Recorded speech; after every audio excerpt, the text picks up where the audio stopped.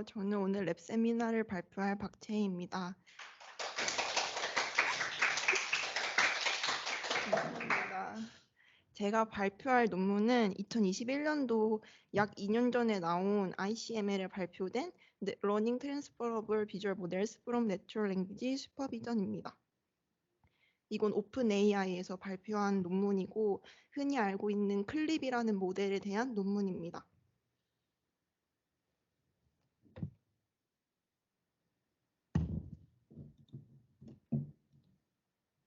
다음으로는 목차는 다음과 같습니다. 처음으로는 백그라운드에 대해서 아주 간략하게 설명을 해드리겠습니다. 제너레이티브 AI의 타임라인은 다음과 같습니다. 그리고 빨간색 표시된 부분이 멀티모달 모델의 타임라인이고 최근에 많은 이목을 받고 있는 GPT 모델도 이곳에 해당이 됩니다. 따라서 저는 멀티모달 모델의 시초가 된 클립 논문을 발표하고자 합니다.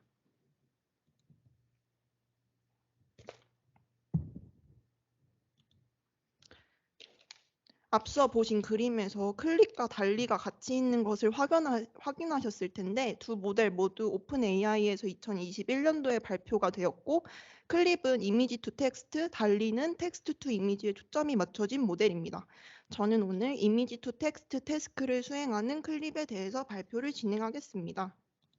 다음으로는 인트로덕션과 모티베이션 워크입니다. 자연어 처리에서는 가공되지 않은, 즉 인터넷에서 긁어온 로우 텍스트로부터 프리트레이닝을 하고 파인 튜닝을 하는 방식을 통해서 버트와 GPT 모델 등의 매우 뛰어난 성과를 얻게 되었습니다. 하지만 이 논문이 나온 시점에 이전에는 비전 분야에서는 성능이 굉장히 제로샷 성능이 낮았었는데요. 그렇다면 로우 데이터로도 비전 분야에서 뛰어난 성과를 얻을 수 있지 않을까 해서 시작된 논문입니다. 비전 분야는 전통적으로 이미지에 클래스 네임이 명시되어 있는 데이터셋으로부터 프리트레이닝된 모델을 사용하는데요. 이는 제로샷 러닝에서는 매우 낮은 정확도를 보인다고 합니다. 그래서 비전에서도 동일하게 로우 텍스트와 이미지 페어를 사용해서 성능을 높여보려는 시도가 있었습니다. 하지만 이 컨버트랑 버텍스가 이러한 예시인데요. 하지만 작은 데이터 수로 인해 일반 프리트레이닝 모델보다는 낮은 성능을 보였다고 합니다. 그리고 이 프리트레이닝을 할 때 로우 텍스트와 이미지를 사용을 하는 방식을 컨버트와 버텍스에서는 각각 슈퍼바이즈나 세미 슈퍼바이즈드 같은 이름으로 불렸는데 이 논문에서는 이 방식을 내추럴 랭귀지 슈퍼비전이라고 정의를 하였습니다. 그래서 논문의 제목에서 나와 있듯이 내추럴 랭귀지 슈퍼비전을 통한 트랜스퍼러블 비주얼 모델을 학습시키는 것이 이 연구의 목적이고 그 모델 이름이 클립이라는 것을 알 수 있습니다. 앞서 이 두 개의 모델은 데이터셋이 10,000에서 2만 개이지만 4억 개의 이미지 텍스트 페어를 사용해서 성능을 향상시켰다고 합니다. 다음으로는 클립을 어떻게 학습시켰는지에 대한 접근 방식입니다. 우선 내추럴 랭귀지 슈퍼비전을 사용을 했는데 앞서 설명했듯이 로우 텍스트랑 이미지를 쌍으로 모델에 학습을 시키는 것을 말합니다. 이 논문에서는 내추럴 랭귀지 슈퍼비전의 장점을 말해주면서 이 방법을 사용한 이유에 대해서 설명을 하고 있는데요. 첫 번째로는 라벨링이 필요 없다는 장점이 있습니다. 그리고 인터넷에서 그냥 긁기만 하면 돼서 방대한 양이 있다는 장점이 있고 마지막으로는 레프레젠테이션을 그냥 배우는 것이 아니라 제로샷을 가능하게 하는 이미지랑 텍스트를 연결하는 그러한 레프레젠테이션을 배울 수 있다고 합니다. 두 번째로는 이 논문에서 제시한 4억 개의 데이터셋에 대한 내용입니다. 일반적으로 비전에서 사용하는 데이터셋은 위에 나와 있듯이 이렇게 3개가 있는데요. 앞에 2개는 양질의 많은 양질의 크라우디드 라벨드 데이터셋이지만 작다는 단점이 있고 후자의 데이터셋은 크지만 품질이 좋지 않다는 단점이 있습니다. 클립에서는 이 2가지의 장점을 가져와서 WIT라는 새로운 데이터셋을 제안을 하였습니다. 인터넷에서 다양한 사이트에서 가져온 4억 개의 이미지와 로우 텍스트 쌍으로 구성되어 있고 아래 사진을 보시면 이 사진이 있는데 이 사진의 제목이랑 디스크립션을 긁어와서 사용을 했다고 합니다. 다음으로는 클립을 프리트레이닝 하는 과정입니다. 클립을 풀어 쓰면 컨트래스티브 랭귀지 이미지 프리트레이닝인데요. 이는 컨트래스티브 러닝을 사용했기 때문입니다. 그래서 N개의 텍스트와 이미지 배치에서 텍스트 인코더, 이미지 인코더를 각각 통과시킨 임베딩끼리 다 프로덕트를 진행을 해가지고 코사인 이제 정답인 N개의 쌍에 대해서는 코사인 유사도를 최대화를 하고 그 정답이 아닌 쌍에 대해서는 코사인 유사도를 최소화하는 방식으로 간단하게 다 프로덕트를 진행을 해서 이 임베딩 스페이스를 학습시키는 방법을 사용했다고 합니다. 그래서 이 논문에서는 친절하게도 수도 코드를 또 보여주고 있는데요. 이 이미지 인코더에서 이 N개의 이미지 쌍이 들어가고 텍스트 쌍이 들어갑니다.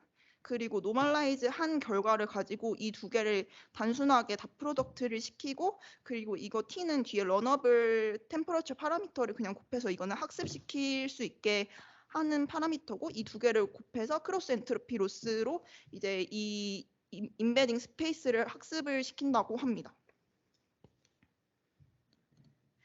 그리고 앞에서 본 이미지 인코더랑 텍스트 인코더는 무엇을 사용했냐면 이미지 인코더는 우선 두 개의 아키텍처를 고려를 했는데요.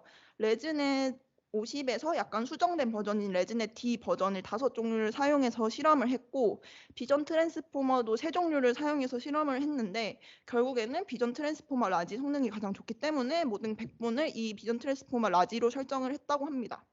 그리고 텍스트 인코더는 트랜스포머를 사용하고 맥스랭스는 76으로 정했다고 합니다. 다음으로는 실험에 대한 내용입니다. 이제 앞서 본 부분까지가 프리트레이닝 과정이었고 지금부터는 인퍼런스 단계인데요. 파인 튜닝을 거치지 않고 바로 하는 제로샷 인퍼런스를 이 실험으로 사용을 했고 이 예시가 18르텐의 예시 이미지인데 우선 이 이미지가 들어오면 이미지 인코더를 거쳐서 하나의 임베딩이 나오고 이 10개의 클래스 각각에 대해서 텍스트 인코더를 거쳐야 하는데 이 텍스트는 그냥 이 라벨 네임으로 주어지는 게 아니라 이렇게 어포트 오브 오브젝트 이런 식으로 문장으로 만들어서 텍스트 인코더를 통과시켜서 가장 확률이 높은 그런 값을 뽑아서 정답으로 한다고 합니다.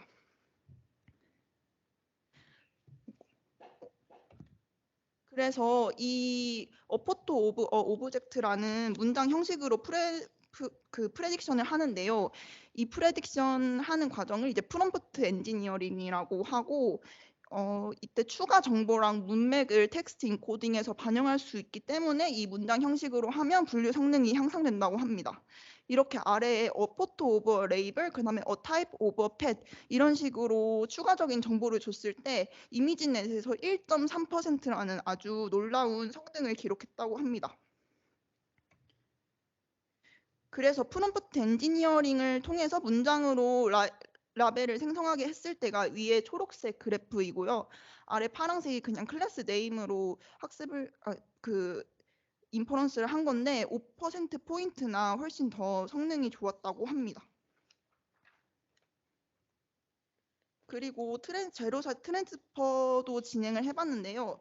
이때는 비주얼 앵그램이랑 슈퍼바이즈드 모델에 대해서 진행을 했는데 비주얼 앵그램 보다도 훨씬 더 좋은 성능을 보였고 슈퍼바이즈드 모델에 대해서도 27개의 데이터셋에서 16개 정도가 좋은 성능을 보였는데 이때 이 클립이 잘한 점이 이미지 레코그니션에서 이제 자연어 정보를 주기 때문에 더 잘한다라는 걸 말할 수 있고 못하는 이 두 개의 데이터셋은 뭐냐면 이게 위성 사진에 대한 데이터셋인데 이거는 너무 추상적이고 태스크 스페시픽하기 때문에 클립이 못한다라고 이 논문에서는 설명을 하고 있습니다.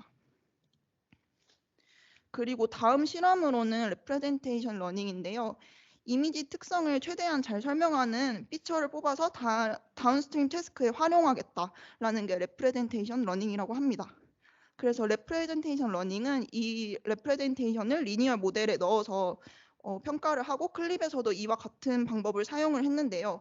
이 아래의 표가 클래시피케이션을 진행한 결과인데 앞서 설명했듯이 이 맨 위에 있는 빨간색 별 표시가 클립 비전 트랜스포머를 사용한 모델이고 다른 모델에 비해서도 훨씬 더 좋은 성능을 가지고 있다라고 얘기를 하고 있습니다.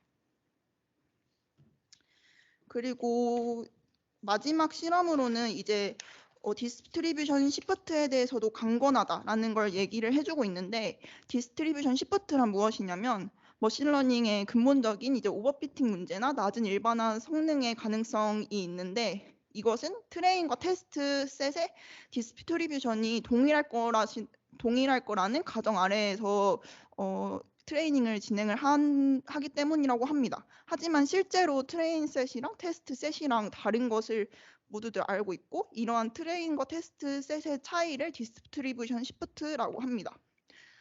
클립은 이러한 디스트리뷰션 시프트에 대해서도 로버스트한데, 직관적으로 제로샷 클립을 사용했을 때는 특정 분포에서 그 모델이 트레이닝이 당연히 되지 않기 때문에 어떠한 분포와도 상관관계가 없고, 그래서 클립을 이용해서 로버스트니스를 개선을 했다고 합니다. 이제 왼쪽의 그림이 로버스트니스 갭을 나타낸 그래프인데요. 검정색 점선이 이제 모든 디스트리뷰션에 대해서 동일하게 작용하는 아이디얼 로버스트 모델을 나타내고, 보라색이 이제 클립 모델인데, 이러한 로버스트 갭을 클립은 75% 이상 줄일 수 있었다라고 얘기를 하고 있고, 우측의 바나나 같은 그림에 대해서도 일반적으로 이미지넷에서만 보통 학습을 시키는데, 그래서 결과가 이미지넷으로 학습시킨 레즈넷과 비교를 하였는데요. 이때 다른 그림에 대해서는 레즈넷이 잘 바나나로 파악을 못하지만 제로샷 클립은 그 이미지넷에서 학습시킨 것처럼 성능이 좋다라는 것을 확인을 할 수 있습니다.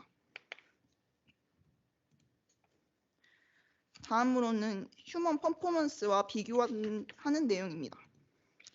여기서는 클립을 사람의 퍼포먼스랑 사람이 학습하는 정도랑 비교를 했다고 하는데, 옥스포드 IIT 패치 데이터셋으로 5명의 다른 사람들에게 3,669개의 이미지를 주고 37종류의 개, 고양이, I don't know 중에 선택을 하도록 하였고요. 5명의 사람은 인터넷 검색을 없이 아무런 예시도 보지 않고 이미지를 라벨링했고, 원샷과 투샷에서는 각각 하나, 2개의 예시를 본 다음 라벨링을 하였는데, 결과는 이 왼쪽의 표를 보시면 당연히 제로샷 클립이 어큐러시가 가장 높았다라는 걸 얘기를 하고 있고, 오른쪽의 표를 보시면 이게 그 라벨링한 이 라벨들인데, 클립이 못하는 것은 당연히 사람도 못한다라고 이 논문에서 얘기를 하고 있고, 사람보다 클립이 훨씬 더 좋은 성능이다라고 얘기를 하고 있습니다. 마지막으로는 한계점과 테이크홈 메시지를 설명을 해드리도록 하겠습니다. 태스크 스페시픽한 모델이랑 비교를 하면 클립은 당연히 확실히 약하고, 전문적인 사진이나 복잡한 사진을 주면 거의 찍는 거랑 다름없는 성능을 낸다고 합니다. 그리고 클립은 고품질의 OCR 레프레젠테이션을 학습을 하지만 엠리스트의 손글씨 이미지와 유사한 이런 이그젬플이 거의 인터넷에서는 없어서, 이러한 결과가 이제 클립이 일반적인 딥러닝 모델과 똑같은 그 일반화라는 이제 문제를 해결하지 못했다라고 얘기를 하고 있고, 클립은 또한 프롬프트를 넣을 때 표현이나 구문에 민감할 수 있어가지고 프롬프트 엔지니어링이 필요하다라는 걸 얘기를 하고 있고, 인터넷에서 수집한 데이터로 클립을 학습을 시켰기 때문에 사람이 가지고 있는 여러 사회적 편견들도 똑같이 학습을 하고 있다는 것입니다. 이 아래쪽 표가 여자랑 남자의 탑 레이블을 뽑은 건데, 여자는 갈색 머리나 금발과 같은 그런 내용이 잘 짝지어지는 반면에 남자는 의사나 임원 같은 내용이 탑 레이블에 있는 것을 볼 수 있습니다. 그래서 여기까지가 저의 논문의 리뷰고요. 테이크홈 메시지는 이제 이 한 문장으로 클립을 정의할 수 있는데, 이미지와 로우 텍스트 페어로 테스트 이그노스틱한 모델을 컨트래스티브 프리트레이닝을 하여서 제로샷을 통해서 다운스트림의 성능을 향상을 시켰다. 하지만 모든 태스크를 정확하게 커버할 수 있는 모델은 아니다 라는 게 이 논문에서 얘기를 하고 있고, 그리고 프롬프트 엔지니어링이 여기서 설명을 하면서 프롬프트 엔지니어링이 중요하다라고 얘기를 하고 있습니다. 그리고 제가 아까 앞에서 백그라운드에 설명했듯이 클립과 달리 모델이 있는데, 다음 발표는 달리를 한번 해보도록 하겠습니다. 이상으로 발표를 마치겠습니다. 감사합니다.